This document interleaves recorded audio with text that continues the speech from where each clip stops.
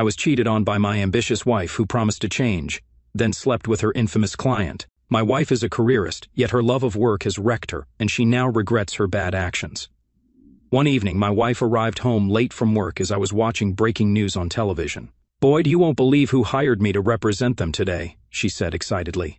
"David Bridges?" I replied, surprised. "How did you know? Were you in the news?"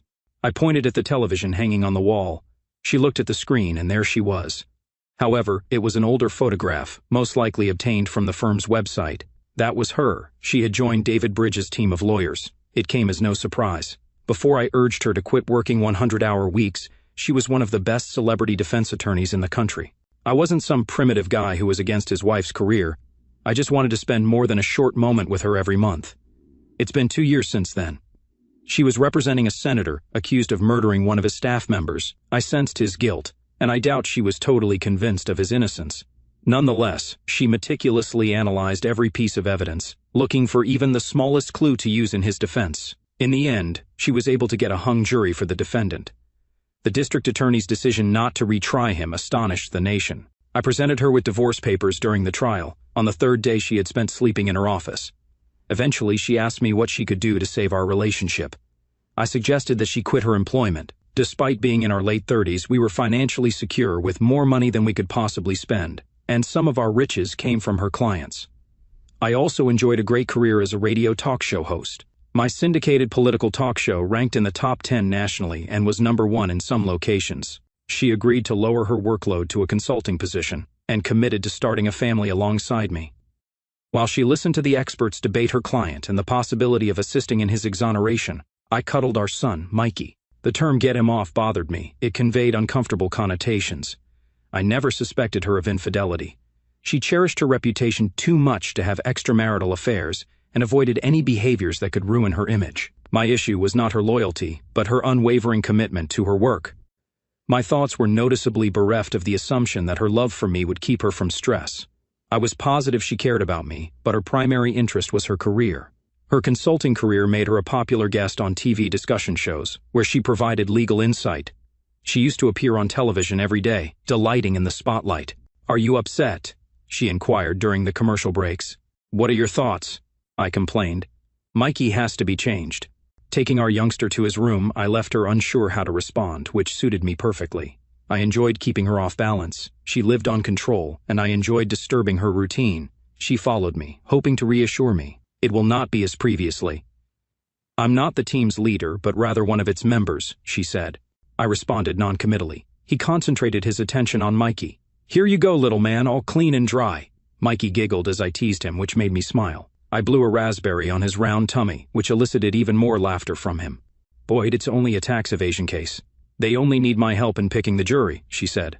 "Of course," I said, as I moved past her and back into the family room. "You're overreacting," she said. "No, I do not think so," I responded in a childish manner. "This may be a huge opportunity for us." "Simply having name recognition will not suffice," I interrupted after putting Mikey in his playpen. "What, not us, Alicia? This is beneficial for you, but I have a feeling it will be the end for us." She shouted, "That is ridiculous." I shook my head and picked up my keys from the credenza. "Your food is in the oven, keeping warm. I'm heading to the lounge." David Bridges, our former state governor, received a barrage of criticism after announcing his candidacy for the forthcoming presidential election. Allegations appeared, accusing him of failing to disclose millions of dollars in alleged payments from a foreign corporation for unknown reasons on his tax filings. He was also indicted on election interference allegations related to his prior gubernatorial bid. The idea of his trial piqued my interest, while I had qualms about my wife resuming legal practice. In the privacy of a sophisticated cigar bar near my studio, I sipped a Davidoff Churchill as fellow customers acknowledged me. Our exchanges were brief unless explicitly requested otherwise. Despite my star status, my appearance as a regular guest quickly became routine. "Boyd, help yourself to some of my scotch," a familiar face offered. His name eluded me. "Thank you," I responded, pouring a large drink from his decanter. "I saw the news." "I thought you would need a heavy drink," he said. "You're not wrong," I admitted, raising an imagined toast before retiring to the quietest section of the room. I inhaled deeply, taking a long drag off my cigar before gently exhaling. For a second, I wondered if my reaction had been excessive. However, I ultimately confirmed my conviction. I filed for divorce because of her rigorous work schedule during big cases. Only after she agreed to quit did I contemplate reconciling. I felt no shame for imposing that condition. She'd had a decade of professional achievement at the top levels, and I wanted to start a family while we still could. However, when she started another significant trial without informing me, it seemed like a betrayal I hadn't expected. Perhaps I might have agreed if she had asked for my opinion, but it seems improbable. Regardless, I wanted to be a part of the decision-making process. My focus switched to the TV across the room. Alicia appeared on the television again, beaming. I recognized the painting behind her and knew she was in our living room. I hoped Mikey would start to cry. She devoured those hosts, effectively leading them to assume she had answered their questions without actually telling them what they thought. It was a demonstration of skill. Then, one of the hosts, who happened to be a golfing companion of mine, asked, "Will your husband be refiling the divorce paperwork?" "Excuse me?" Alicia exclaimed, taken aback. "As a condition of your husband abandoning the divorce proceedings against you, you agreed not to take on any more trial clients. This seems to be a breach of your agreement." I promptly texted him, "I owe you a bottle of Pappy Van Winkle for your surprise question. I can guarantee you that my hubby completely supports my work choices," she said, visibly flustered, which I enjoyed. "No, he does not," I interjected, openly provoking laughs from people who knew me. My phone vibrated a few moments later. "Boyd, I'm Dana Collins from The Times. Do you mind if I ask you some questions concerning your wife's recent actions?" "Hello, Dana. It has been too long. We should meet up for lunch sometime, maybe even bring you back on the show." "That sounds wonderful, but how about the questions?" "Actually, I'd like to make a statement." "Sure." I was caught by surprise and absolutely blindsided. That could easily be the headline for my story. "Is there anything else you would like to share, perhaps some context?" As of now, she hasn't addressed those past issues. We're still happy together. "Thank you, Boyd. We'll chat soon." Dana was a popular rising star in the journalistic profession. I'd had her on my show several times as a favor to her boss. We made a mutually advantageous deal. My phone rang again, so I silenced it. I knew I couldn't find serenity otherwise. The media sharks were circling, especially given that I was one of their own, murderous cannibals. When I entered our bedroom later that night, Alicia said, "It will not be the same as before." She looked lovely in her floor-length black satin nightgown. The slit on the left side terminated mid-thigh, and the lace cups barely covered her. Clearly, it was not meant for sleeping. "It makes no difference whether it is the same or not," I said, attempting to escape her sight. "You understand what's at risk. It is different now. We have Mikey." I chuckled. "If you feel that having a son will stop me from desiring a career-oriented wife, you are mistaken. If you return to your previous habits, you're out, sweetheart." "We're going too far. I do not want to dispute, Alicia. The time to talk about this was before you accepted the job. We're now coping with the consequences. We'll be okay, you will see. Now get to bed. I want to show you how much I adore you." When she read my comments in the Times the next day, I expected her to be angry. I decided to take advantage of the fact that I have an attractive wife while it was still feasible. We hugged and kissed before collapsing on the bed and making love. She managed to say, "I love you," before falling asleep. I wondered how she'd feel about me in the morning. "Damn it!" she yelled as I entered the kitchen the next morning, taking me by surprise. "You took me completely off guard," I interrupted her before she could finish. "I merely said the truth." "You didn't need to spill the beans like that," she exclaimed. I shrugged. "It's finished now." "This will be the topic of the day," I said, buoyed by chuckling. "For once, they'll be paying attention to something other than your client." Her client had dominated the news for weeks prior to their indictment, and every day since then. I gave her a short kiss on the cheek and chose to grab coffee and breakfast on my way to work to avoid more conflict. I wondered how long it would take her to get back to her 16-hour workdays. "We're not finished talking about this," she yelled after me. I knew she was correct. I arrived at my studio to see commotion. A young college student handled the phones, while a sound engineer, a tech specialist, and a producer assisted me. Unlike some anchors, I enjoyed conducting my own news research rather than depending on a crew. "Good grief, Boyd, the phones are ringing incessantly today." I gave her a coffee and advised, "Turn off the ringer, Missy. Allow them to go to voicemail and you can screen out the important calls for me." "Thank you, boss. This will make things easier." I walked into my office to find my producer already there. "Morning, Boyd." Rose inquired about my well-being. "Perfectly fine, Rosie. What is the plan for today?" "The Bridges story is difficult to avoid, especially now that you're drawn into it. I am not dragged inside. She is my wife. The disparity remains the same. Let's invite Dana Collins on the show. We'll talk about it, and I'll follow her lead with remarks, but make it obvious that this is not an interview. I noticed her piece this morning. She seems to have a personal vendetta against your wife. I chuckled. No, she has a special spot for me. I overheard her gossiping once. I use it to my advantage.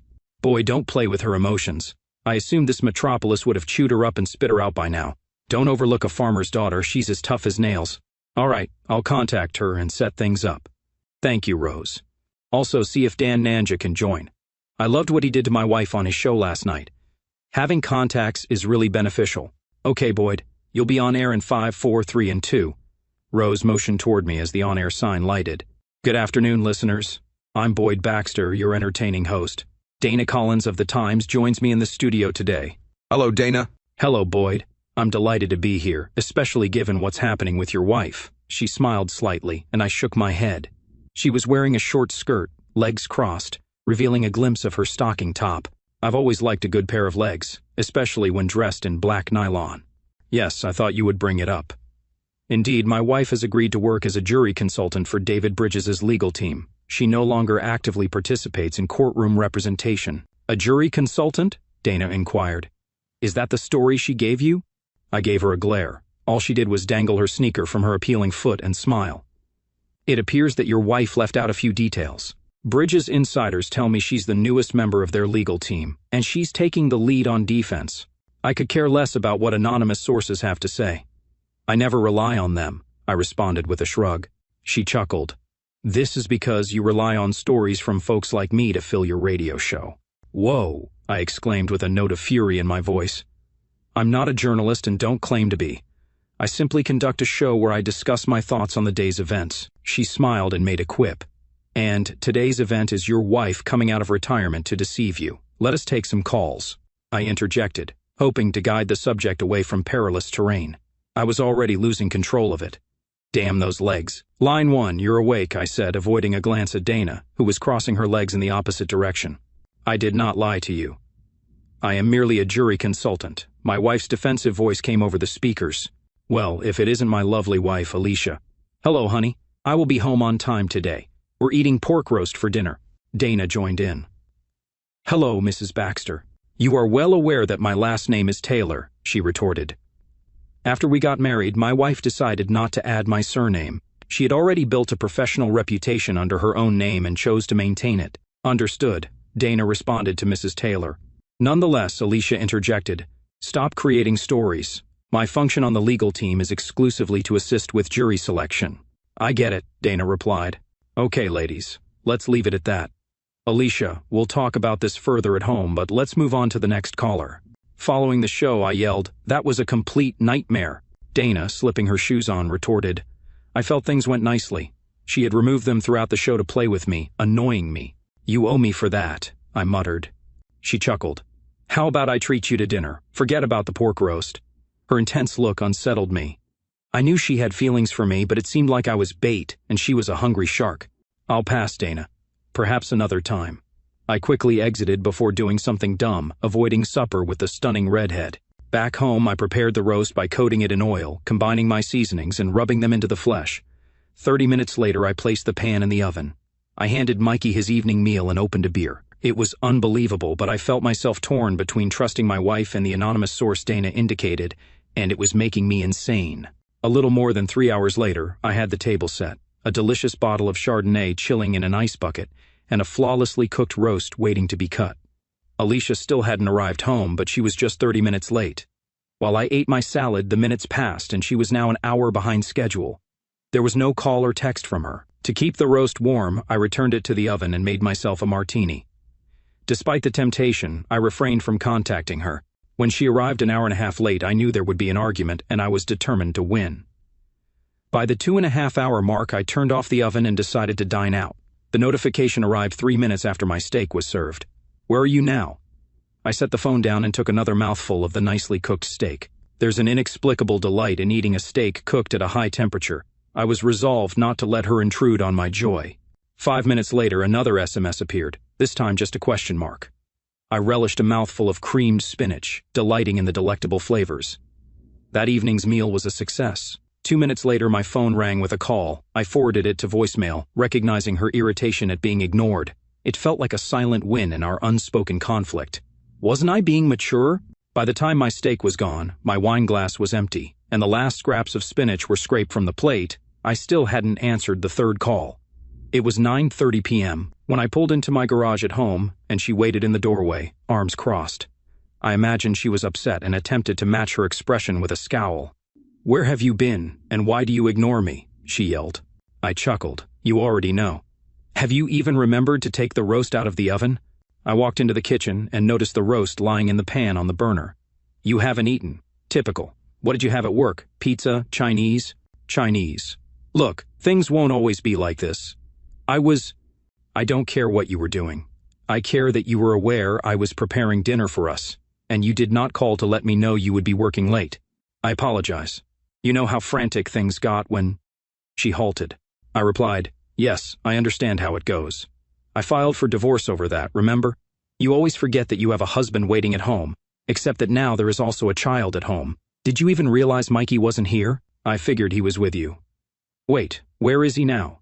You realize you're a bad wife when you're on a case, and it turns out you're a bad mother as well." She slapped me. I massaged my cheek and left the kitchen. "Boyd, wait, I apologize." I continued walking and exited through the front doors. She started calling for me as I walked across our lawn to my neighbor's house. She was watching after Mikey for me. He was resting well in the playpen she'd set up in her living room for her youngster, not moving.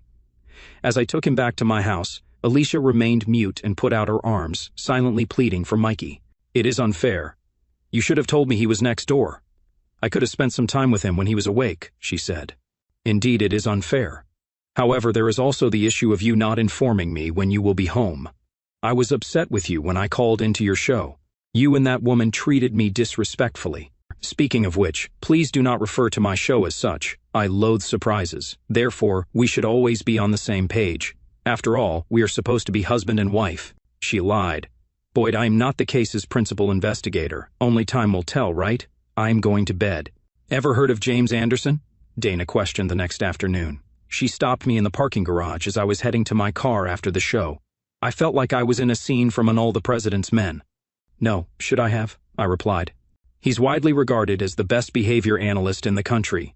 He has been involved in almost every high-profile jury trial in the last 3 years, and according to my insider, David Bridges recently hired him as a jury consultant." "So, what is your wife's part in all this, Dana? What is your point of view here? Seriously, are you attempting to foment division between me and my wife?" She shrugged and retorted, "I am only asking inquiries, Boyd. It is part of my job. Then find someone else to ask and leave that out of your damn story." I unlocked my car door, climbed in, and mistakenly slammed it shut, hurting my shoulder and yelping in pain. "Really slick." She giggled and waved as I drove away, catching a glimpse of her sparkling nude stockings in the rearview mirror. At 6 o'clock, I served Mikey's dinner and made myself a sandwich with the leftover roast, which turned out rather excellent. Alicia arrived late again without texting or calling. An hour later, she rushed through the garage door. "I apologize. I got caught up and was unable to reach out." "When exactly did you catch up?" I inquired. "What do you mean?" "I mean, you were not physically restrained, correct? You may have texted me while attending a meeting with other lawyers or reading a legal book." "Boyd, I apologized." "Apologies, Alicia. These aren't enough this time. You should spend time with your son before I put him to bed." Disappointed, I left the room and went to my basement man cave. We expected Alicia to follow Mikey, but she didn't. I was looking forward to the clash, feeling agitated by the scenario. During halftime of the Thursday night football game, I went into the kitchen to get a bottle of water. However, my genuine aim was to discreetly monitor my wife. I discovered her eating ice cream and looking at something on her tablet. She noticed my presence and looked up. "We need to talk about this, Boyd," she added. "There is nothing to discuss. You have returned to work. However, you appear to have relapsed to your former behaviors. Frankly, if you're not misleading me, your main focus should be jury selection preparation." She averted her sight and for the first time did not deny the accusation of deception. I continued, "So, that's the end of it. I refuse to play second fiddle to your job any longer. I will update the divorce documents and resubmit them this week." "Damn it, Boyd, we are not getting divorced.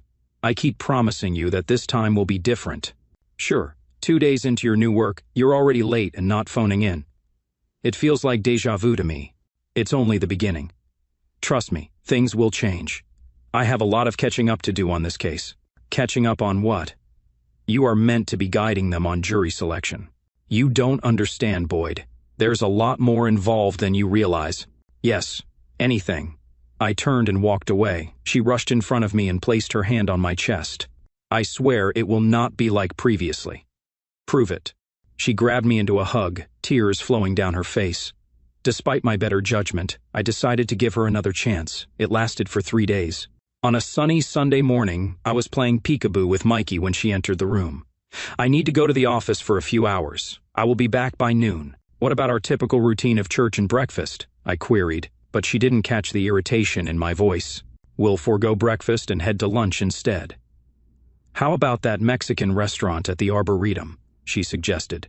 I will see you there at lunchtime, I replied, silently challenging her to arrive on time. She kissed Mikey and me goodbye before leaving the room.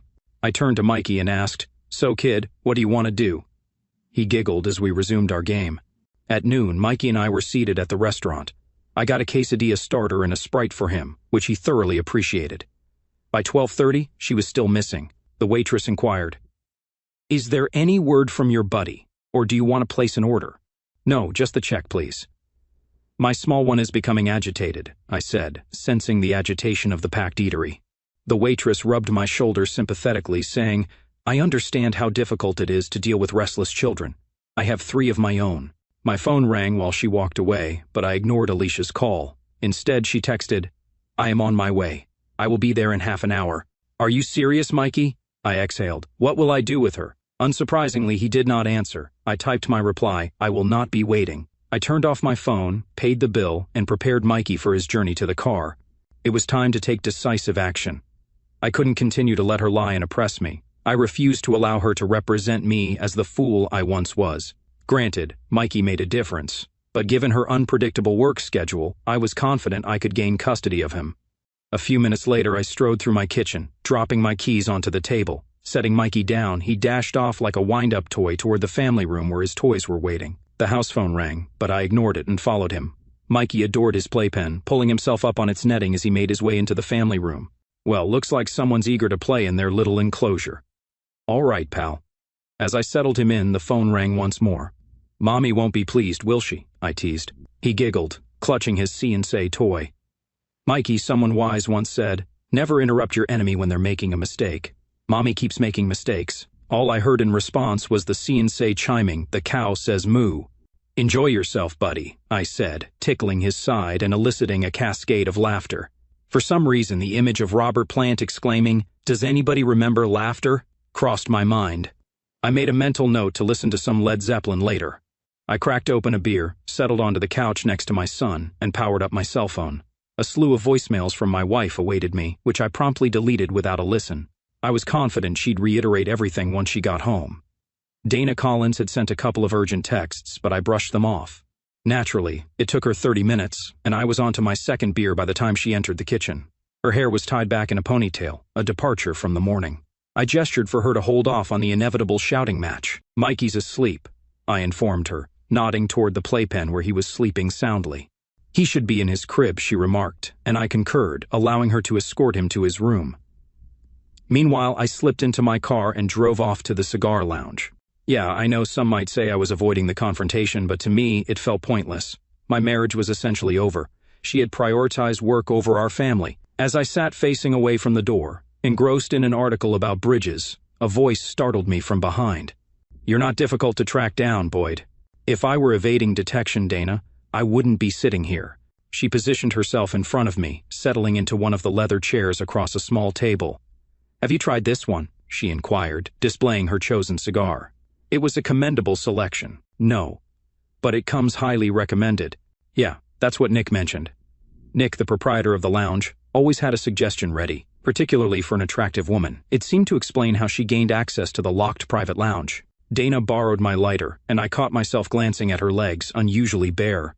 They still retained their allure. It seemed she had recently applied lotion, as they gleamed with a moist sheen. "You're too predictable, Boyd," she teased, crossing her legs in the opposite direction. I took a slow drag from my cigar and impolitely exhaled the smoke in her direction. "What's on your mind, Dana? I'm trying to unwind here." She briefly frowned, her eyes betraying a hint of sadness before she spoke. "I have some troubling news. This will be tomorrow's front page headline, but I wanted to inform you personally before things go south." She pushed her phone across the table with a smirk as I glanced down her blouse. What should I be searching for? The video's ready, just take a peek.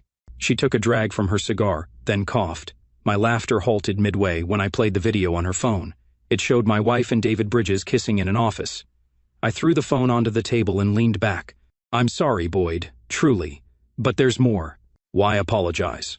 You've got the scoop of the year, and when did you start caring about collateral damage? It's never hit this close to home before, she murmured. I exhaled.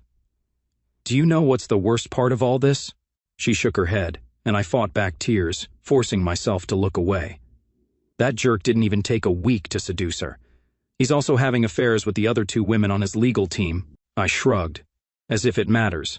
I was headed for divorce anyway. This just seals the deal. A smirk crossed Dana's face, then vanished. She seemed to relish the demise of my marriage, probably thinking it positioned her to swoop in and console me. Send me that video, please. I can't, Boyd. The story isn't... Screw your story, I yelled, slamming my hand on the table. This is about my damn marriage. I rose, offering a silent apology to the few men in the room. Fine, she relented without a fight. Just don't make it public. I scoffed. I walked to my locker, grabbed a bottle of Macallan 25-year-old single malt. If ever there was a time for a drink, it was now. I filled 2 generous glasses and settled back into my seat. Dana helped herself to one without asking, and I relit my cigar. Thanks, she murmured after a sip. Her attempt to conceal her grimace betrayed her lack of familiarity with scotch. I honestly never thought she'd betray me like that. I always believed she valued her reputation too much to take such a risk. It's him, you know. He's notorious for chasing after women. We just couldn't gather concrete evidence. No, it's on her. Sleeping with him in his office within a week? She was seeking it out. How did you manage to obtain that video? Well, it's a felony to install a camera like that, so let's just say it wasn't me. Okay, let's call it an anonymous source and leave it at that. Her grin contradicted her words, but I decided not to pursue the matter. Sure, whatever. I powered on my phone to upload the video to the cloud and received a text from Alicia. You need to come home so we can talk. I groaned and replied, no need to talk. We're done. Enjoy your time with Bridges. Tomorrow's headlines will be interesting. I switched off the phone and observed Dana as she took a long drag from the cigar, her head thrown back. There was a certain allure to a woman smoking a cigar, not as captivating as her legs, but still. Your wife? She inquired. I nodded and took a sip of my scotch, remarking, I wished her luck with handling the press tomorrow. She'll probably assume you leaked the story to me. I'm confident you'll vouch that I wasn't your undisclosed source. Tomorrow's going to be chaotic for you, she cautioned. Yeah, I know. No matter what, I'm in trouble, so I'll just stick to my routine, deal with whatever comes my way, and you're fresh out of bubblegum. Look at you, referring to cheesy 1980s movies, she chuckled. It's a cult classic, man. My cigar burned out after an additional hour of casual chat. If I'd believed she'd agree, I would have ordered a few more just to give myself an excuse to keep staring at her, but it was time to leave. Be careful, Boyd. I really apologize. You're a wonderful guy who doesn't deserve this. Okay, well, that is what it is, I guess. I'll catch you later. I made the decision to check into a hotel. I was not prepared to confront my soon-to-be ex-wife until it was absolutely necessary, and it was most likely the following day that everything exploded. I awoke at 6:00 a.m. and turned on the news. The tumultuous situation had started and was being broadcast on all channels. I made a cup of terrible motel coffee and started the shower. Earlier, I had swung by the store to get some clothes and amenities for my hotel, unsure of when or if I'd be back home. I prepared for a week, and the warmth of the water was comfortable despite the low water pressure. That was the least of my problems. After I finished showering, I turned on my phone and ignored all the texts I received. Rose, I have no live show today. Find a guest host or broadcast a pre-recorded show. She responded. I received the news. I apologize. The phone rang, and it was Alicia. I ignored it and turned up the television's volume. The anchor made an announcement. We have breaking news. Following the Times story that David Bridges was having an affair with his lawyer, Alicia Taylor, a graphic video has emerged. Viewers are cautioned to use their judgment. I saw footage of them kissing and him groping her breasts. Fortunately, they finished it there.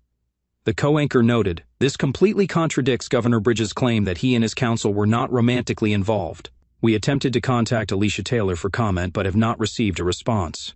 I decided to browse through the messages to see what explanations my wife was making. What are you referring to here? David and I are not sleeping together. Stop being unreasonable and return home. However, the communications from the following morning revealed a different story. It's not true. We're not having an affair, Boyd. Please give me a call. I vow to you that it is not true. I adore you. The subsequent text stated, we merely kissed, implying that she was watching TV. That's it, and it was a mistake. I shook my head and replied to the message, I know there is more on that video. We caught you, and we're done. She called constantly, but I turned off the phone and watched pundits analyze Bridges and his supposed indiscretions. Surprisingly, they concentrated on him rather than my soon-to-be ex-wife, which was somewhat relieving. I reasoned that if her name was discussed less, so would mine. When I checked my voicemail, I found multiple messages from Alicia, as well as inquiries from news stations seeking my remarks. I briefly considered appearing on one of the shows to make a statement and face criticism, but I had a better idea. Finally, maintaining silence was in my best interests, following the standard procedure for betrayed spouses. I divided our assets, discontinued joint credit cards, and worked with my attorney to update and file legal documentation. I sought full custody, noting her frequent absence from the family. My lawyer felt sure that I had an excellent chance of winning primary custody under a joint arrangement, especially given the proof of the affair, which may potentially avoid the need for counseling or compliance with scheduling requirements in the event of irreconcilable differences. I didn't necessarily feel happy, but I did feel relieved that I had finally put an end to the facade of my failing marriage. She clearly prioritized her work over me, and it was brutally obvious that her love for me was insufficient to prevent her cheating. While checking the home security stream on my phone, I noticed her sitting on the couch, weeping, watching over Mikey, who was asleep. I couldn't tell whether her cries were for our failing marriage or the upheaval she had caused in her distinguished job. I considered exacting revenge on Bridges, devising other kinds of public humiliation, or anticipating whatever penalties his wife might inflict. However, none of these behaviors sprang from me. I felt forced to do anything to restore my pride. Ultimately, I discarded the concept as ridiculous. Bridges was heavily guarded, so any attempt to contact him would be pointless. His security detail would grab me and probably resort to violence. I decided to let karma take its course. Maybe he will end up with Alicia. That would serve as a lesson. The next day went much like the previous one, except that I had a show to go to. Rose maintained her customary composure, and the mood in the office remained rather peaceful, with the exception of 20 reporters stationed in front of my building. Fortunately, using the door from the secure parking garage allowed me to avoid them and make it to my workplace safely. Rose added, Boyd, your Times acquaintance has offered to remove your name from the articles if you agree to have Dana on the show again. I threw up my arms in frustration and yelled, Are you serious? So, what is the point? Having her on the show may make matters worse. I can't bring her on without discussing her tale. How are you going to avoid talking about it anyway? It's the most significant story of the year. It's my show. I have the authority to decide what to talk about. Sure, she answered, rolling her eyes. Till the sponsors become enraged and accuse you of being weak. She was correct. I'd get calls from the syndication company and occasionally from the sponsors themselves if they were especially unhappy. Such was the essence of radio life. That's okay. Dana is welcome to participate, but she must maintain civility. My memory is good, Boyd. If she has the opportunity, she will be quite pleasant to you. She laughed and went away. Dana's appearance on the show proved controversial. I couldn't direct the discourse, and her sharp journalistic tongue was out of my control. She would prod and weave around the subject of my wife until I unintentionally answered every question I wished to avoid. An hour later, I put on my headphones and noticed Dana's smile as she did so. The only difference was her crossed legs, which caused her skirt to rise slightly more. While I was not wearing one, I noticed the legal pad in front of her and said, Are those questions you've prepared? She gave a lovely giggle and said, Certainly not. I wouldn't think of going on your show with a planned list of questions. Rose began the countdown to the commencement of the show. Dana said, Besides, I'm more knowledgeable than you now. My interest in you is entirely professional. 3, 2, 1. The introduction music began, and I took a deep breath. Listeners, good afternoon. I gave a greeting. This is Boyd Baxter, your entertaining host, and I'm in the studio with Dana Collins of the Times. How are you doing today, Dana? We are doing fine. Thanks for inviting me, Boyd. The pleasure is solely mine. So, as always, Congress appears to be in disarray. Can you provide some insight on our political representatives' recent shenanigans as they struggle to pass a budget? The situation stays unchanged.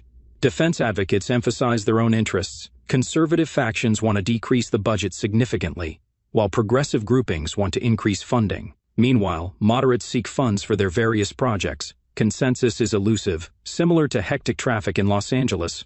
Dana, as the saying goes, the opposite of pro is con. Congress, therefore, is the polar antithesis of progress. Dana chuckled, accidentally snorting. "No, I cannot believe I snorted," she complained. "Next, I'll have you spray milk down your nostrils." Why are politicians like diapers? Both require regular updates for the same reason. Dana shook her head. "That was awful. Let's take some calls. Doug from Springfield is first in line. So, what is going on in Doug's world today?"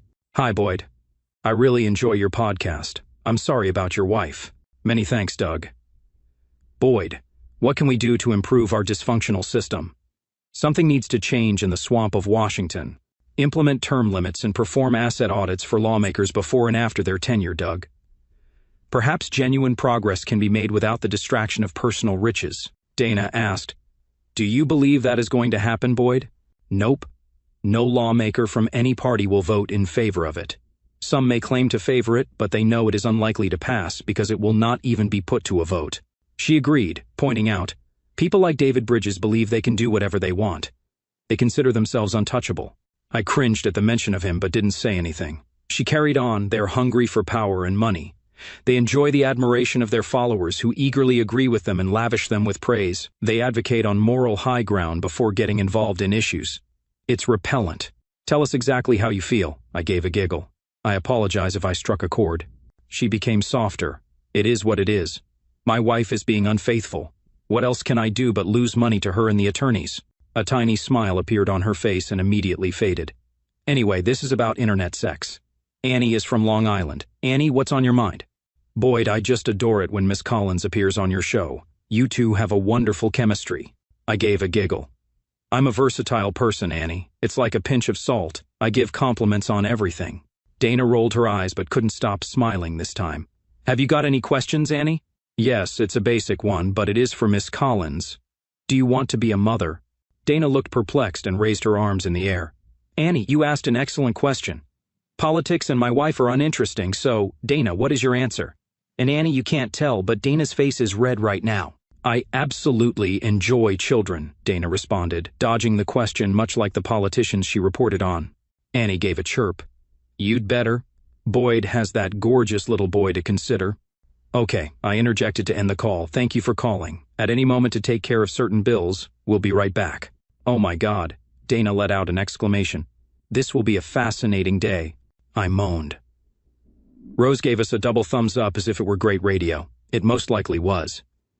I didn't feel especially good. 3 hours later, I made an announcement. "We will see you all tomorrow. Don't change because the on-air sign is turned off." I placed my headphones on the desk. Dana hung hers neatly on the opposite hook. "Well, that was unexpected," she said. "I hadn't anticipated it today. I am undoubtedly being interrogated by elderly women." "Hello, those elderly ladies adore me," she grinned. "I'm popular among septuagenarian book club members. I'm sure they are your primary fans. Take care now. They also read the newspapers. Check your comments and letters more carefully. Do I want to be a mom? What type of question was it?" I laughed as I tucked my notebooks into my suitcase. "It's a legitimate question, and I can't help but notice you didn't respond." I sent her a doubtful expression, and she frowned. "I cannot imagine myself as a mother. I absolutely adore kids. It's simply that with this job, I don't know how I'd find the time." A rush of sadness overcame her, and she murmured, "Jesus, I'm sorry. I'm getting unwell." "Don't worry," I interjected. "I must admit, however, that children aren't as intimidating as they appear. I'm about to pick up mine from daycare and play with trucks." "How do you manage to be so composed, Boyd? Your marriage is collapsing, but you're acting like it's just another Tuesday. What would you have me do?" "I can't just curl into a ball and cry. I've got a child and a job. I need to hold everything together so nothing falls apart." "I'm putting on a brave face and carrying on, Dana." "So, what else is there?" "I honestly don't know. I think I was expecting more emotion." I gave a giggle. "Emotions are for those who lack strength."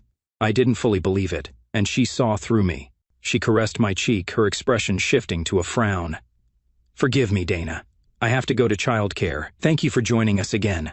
"Anytime. If you ever require anything, please do not hesitate to contact me. I do mean it. Anything." She smiled, and I walked away. Life proceeded. A month later, I sat in my lawyer's office, waiting for Alicia's comments. "Boyd, I am sorry. It was an error. There's also, Alicia, I don't want to hear that. If you think our divorce is entirely because you slept with that man soon after meeting him, you're mistaken. Please stay calm. As my tone became more aggressive, my lawyer stepped in. You have an affair. I mean, just your relationship with him is a deal breaker in itself. However, you have reverted to your old practices from when I originally filed for divorce. You were untrustworthy, manipulative, and ultimately chose your job over our marriage and child. That isn't acceptable. You were already aware of this. That is why you did not discuss accepting the position with me. Boyd, it was only supposed to be jury consultation. I've heard your reasoning, but that wasn't all, was it? I didn't think so. You got caught up again. To be honest, your rapid engagement with him is like an addiction for you. I'm confident you've cheated on me before. Just sign the paperwork. I'm more than reasonable. I seek primary custody. She swallowed back tears. I chuckled, and my lawyer said, Miss Taylor, this is a no-go for us. There is no way my client will give up primary custody, especially given your rigorous work schedule. We are confident that a judge will find it best for Michael's well-being. Damn, Alicia. According to my investigator, you've been working 14-hour shifts all week and haven't even asked to see Mikey since you moved out several weeks ago. Who are you trying to fool? She muttered. I love him. I am him. Sure you do, but it appears that you enjoy your job more. You can see him whenever you like. I won't be unreasonable about it. Boyd, I do love you, truly. Yeah, you could have fooled me, sweetie. I left the office, only to learn she had signed the paperwork. My marriage had ended. 6 months later, Alicia had Mikey for the weekend, so I found myself in the cigar lounge. Hello, Nicholas, I greeted as I approached the counter. How's it going, Boyd? Your box of Monte Cristo number 2 has come. I stashed it in your locker. Thanks. Is today busy? Not just a few regulars and a new female member who has just been here a few times. Cool. See you later. After entering my code, I went into the very important person lounge.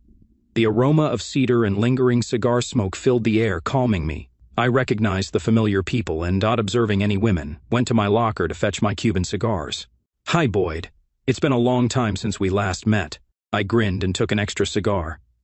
Hi, Dana. I'm ready to try a Cuban today. Going to close my locker, I presented her with the contraband. Thanks, she said. I've sort of been keeping an eye on you. You're not doing a good job, I chuckled as we sat down. I am not exactly elusive. You also have my telephone numbers. She scowled as she cut the end of the cigar. I've been feeling a little anxious about it. Lighting up with an expensive lighter from her bag, she burned the aged tobacco with caution. I chuckled and exhaled toward the orange halo at the foot of my cigar. What's got you all nervous? I inquired. I'd want to invite you to supper, she admitted. Come on now, I gave a giggle. The woman who used to flirt brazenly, wearing short skirts, crossing her legs and dangling her heels to tease me, now worried about asking me to dinner? That is hard to believe. She shook her head. This is quite nerve-wracking. Many thanks. I nodded, elated. I've not dated many folks. I was occupied. It was easy to tease you. I've never been shy about using my attractiveness to get what I want from men and, on occasion, women. I arched my brow in surprise. I didn't realize she was interested in women. Cut it out, perv. I am not attracted to women, okay? She has the ability to read people's thoughts. Got it. Look, I'm taking a risk here, and I don't want to get called out for it. That's okay. She released a column of white smoke, wondering what's that mean. Yes, I'll join you for dinner. Really? She asked, dumbfounded. Seriously, do you think you're unattractive or something? I teased. No, I don't know. Like I said, I'm not used to dating much. That's okay. Let's finish these and head over to that little Italian place across the street. After dinner, we sat comfortably on my couch with a glass of wine when I inquired, So, do you have time to date me now, or am I just a fleeting encounter for you? She chuckled. Haven't you heard? I'm no longer with the Times. I must have missed that, I replied. I'm on TV now. You know the show. You've appeared on it. It's me and a few other ladies on a couch with a couple of guys.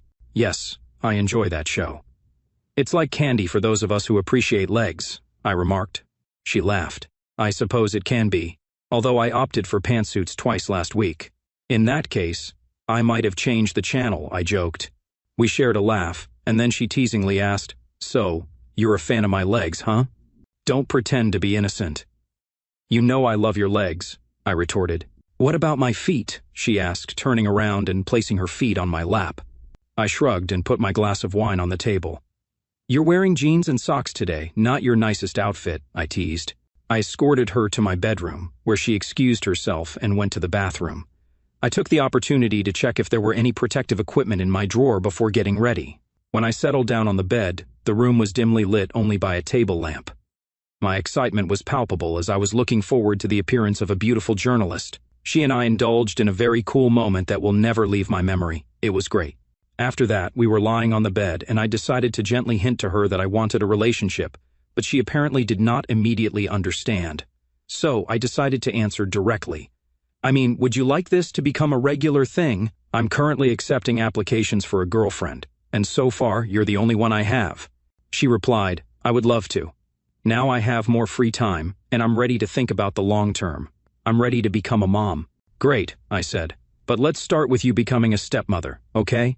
I grinned, and she slapped me lightly on the chest. I'm not cheating, she whispered.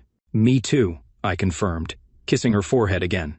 With this one, it seemed to me that I might have found a person for whom family is more important than work. Only time will tell, but half the joy lies in learning the unknown. After all, if we knew what the future held for us, life would be terribly boring.